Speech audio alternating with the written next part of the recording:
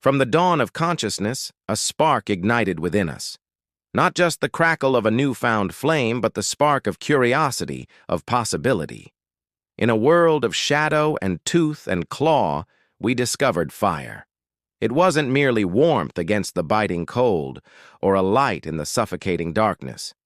It was the first tool of transformation, a weapon against the night, a crucible for community. It was the first time we truly bent the world to our will. Around these flickering flames, stories were woven, bonds were forged, and the first whispers of civilization were born. Our hands, once used only for gathering and climbing, began to shape the world around us. With sharpened stone and carved bone, we extended our reach, our strength, our very being. These weren't just tools, they were extensions of our minds, physical manifestations of our burgeoning intellect. The hunt became more strategic, survival less a matter of chance and more a matter of design. We were no longer just another creature in the wild.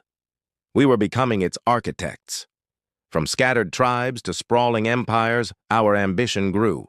We looked at the fertile banks of great rivers, the Nile, the Tigris, the Indus, and saw not just water, but the lifeblood of civilization. We learned to command the floods, to channel the rivers, to turn barren earth into bountiful fields. Agriculture was born, and with it, permanence. For the first time, we could stay, we could build, we could grow. Cities of sun-baked brick and monumental stone rose from the plains. The pyramids reached for the heavens, a testament to a collective will, a mastery of geometry and engineering that still baffles us today. We developed writing, a technology that allowed ideas to transcend time and space, to speak to generations yet unborn. Law, philosophy, art, and science flourished in these new urban centers. We charted the stars, calculated the seasons, and debated the very nature of existence. Each stone laid, each character inscribed, was a declaration. We are here, and we are building a legacy. For centuries, the rhythm of life was tied to the land, to the muscle of man and beast. But then, a new sound began to echo through the world. The hiss of steam, the clang of metal on metal. The Industrial Revolution. It was a torrent of change, reshaping our world with a speed and scale never before seen. Coal and iron became the new gods, and the factory, their temple. Railways, like iron arteries, crisscrossed continents, shrinking the vastness of our planet. Cities swelled, drawing millions from the countryside with the promise of a new life.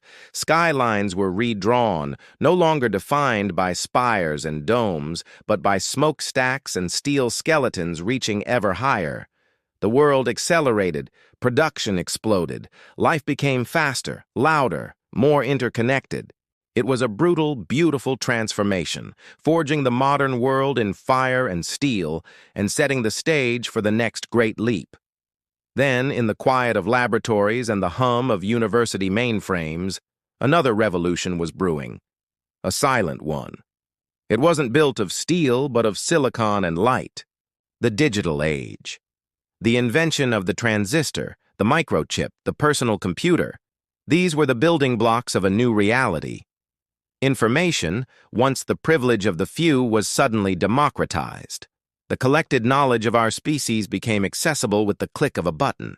The internet connected us, weaving a global web of minds and machines. Suddenly, distance became irrelevant. A thought in Tokyo could spark a conversation in Toronto in an instant. We built virtual worlds, digital marketplaces, and social networks that spanned the globe. Every aspect of our lives, how we work, how we play, how we connect, was fundamentally reimagined. We were wiring our planet, creating a global nervous system, laying the digital bedrock for the future. And now we stand on the cusp of our greatest transformation yet. The sparks of intelligence we kindled in silicon have begun to glow with a light of their own. Artificial intelligence is no longer science fiction. It is the silent partner in our daily lives, optimizing our world in ways we can barely perceive. It's composing music, diagnosing diseases, and solving problems that have stumped the greatest human minds for decades. This is the dawn of a symbiotic age, where human creativity is amplified by machine intelligence. We see it in robotics, as machines gain the dexterity and awareness to work alongside us, not as mere tools, but as collaborators.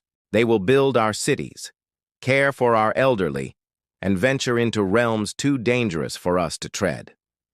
This partnership will unlock a new era of abundance and creativity, freeing us to pursue the grander questions, the deeper arts, the higher callings of our spirit. But our ambition does not end at the edge of our atmosphere. For as long as we have looked up, we have yearned to touch the stars. That ancient longing is now becoming a reality. We are returning to the moon, not just to plant a flag, but to build a home. We are sending our robotic emissaries to Mars, preparing the way for human footsteps on another world. The solar system is becoming our backyard. The journey from the cave to the cosmos is not just a story of technology, it is the story of the human spirit. It is a testament to our insatiable curiosity, our relentless drive to innovate, our unwavering belief that a better future is possible. The challenges ahead are immense, but so is our capacity to meet them. From the first controlled flame to the fusion fire of distant stars, our journey is one of perpetual beginning. We are, and always have been, explorers. The future is not a destination to be reached, but a universe to be created. The next chapter is ours to write, together. Thank you for joining us on this incredible journey through time. If this story of human ingenuity inspires you, please like this video, subscribe to our channel, and join the conversation in the comments below. Let's keep exploring the future together.